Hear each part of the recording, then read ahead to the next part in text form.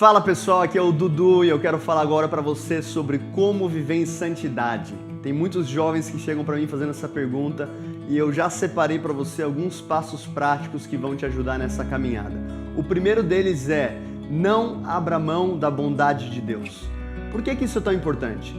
Lá em Romanos 2, capítulo 4, Paulo fala aos romanos que é a bondade de Deus que nos leva ao arrependimento. Eu vejo muitas pessoas que quando pecam ou falham, eles se afastam da presença de Deus. Quando na verdade, a palavra nos diz que a própria presença de Deus é a bondade de Deus que vai nos levar ao arrependimento. Então, independente do lugar que você está na sua caminhada cristã, não se afaste da bondade de Deus. É a bondade de Deus que vai te transformar. Esse é o ponto número 1. O ponto número 2 é: nós precisamos confessar os nossos pecados. A palavra de Deus nos diz lá em 1 João, capítulo 1, versículo 9, que se nós confessarmos os nossos pecados, Ele é fiel e justo para nos perdoar e nos purificar de qualquer injustiça. Toda vez que nós pecamos, nós temos a possibilidade de esconder aquele comportamento ou de nos aproximar da bondade de Deus e confessar aquilo que nós falhamos.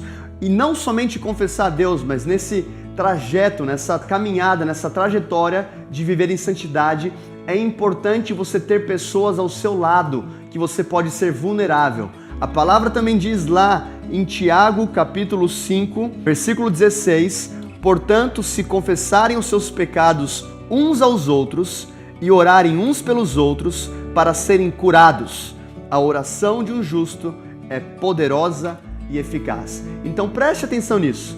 De um lado nós confessamos para Deus e Ele nos perdoa. No outro lado, nós confessamos aos nossos irmãos e nós somos curados. Qual que é a diferença? O perdão vem diretamente de Deus. Quando você confessa o seu pecado para o seu irmão, você é curado, ou seja, restaurado. A palavra original utilizada aqui é que você é restaurado ao seu plano original. Então, nós precisamos abraçar um estilo de vida onde nós confessamos os nossos pecados para que a gente possa viver em santidade. O terceiro ponto que eu quero falar para você é receber o perdão de Deus. A palavra nos diz que assim como o leste está longe do oeste, assim o Senhor nos afasta de nossas iniquidades. Então, se eu e você queremos caminhar em santidade, nós precisamos aprender a receber o perdão pela graça. Eu lembro alguns anos atrás, quando eu estava batalhando com um certo tipo de pecado, eu lembro de ter falhado, e eu me fechei no meu quarto, eu comecei a pedir perdão, e a chorar, e a gritar, e quando de repente o Espírito Santo falou comigo: eu não sou Baal. E eu parei por aquele momento e falei: o que isso quer dizer? E eu senti novamente o Espírito Santo dizendo: eu não sou Baal. Então eu abri a Bíblia, eu fui para aquela passagem onde Elias está diante dos profetas de Baal, e quando você começa a analisar essa passagem, os profetas de Baal, eles preparam o sacrifício e eles começam a chamar o Deus Baal para que recebesse aquele sacrifício.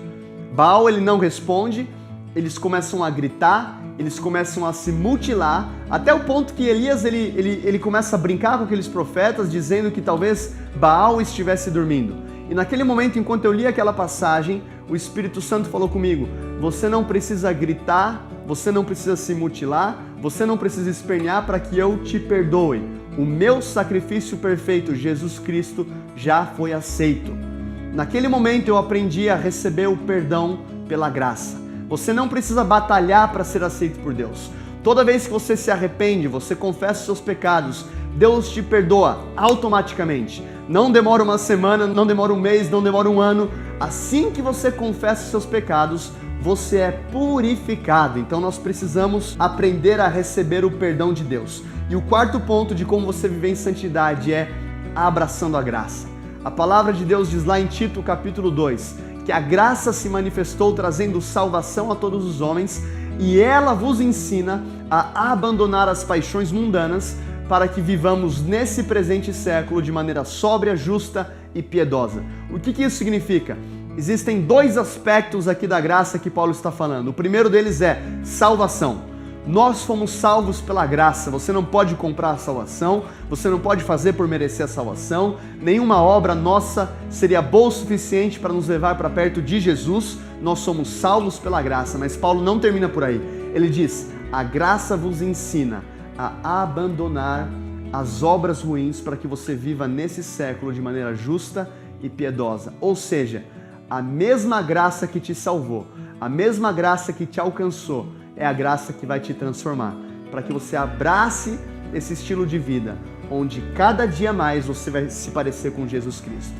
Esse é só um pouquinho do nosso conteúdo, você pode acessar e abraçar todo esse conteúdo fornecido de maneira gratuita e online pelo Dunamis Sprint.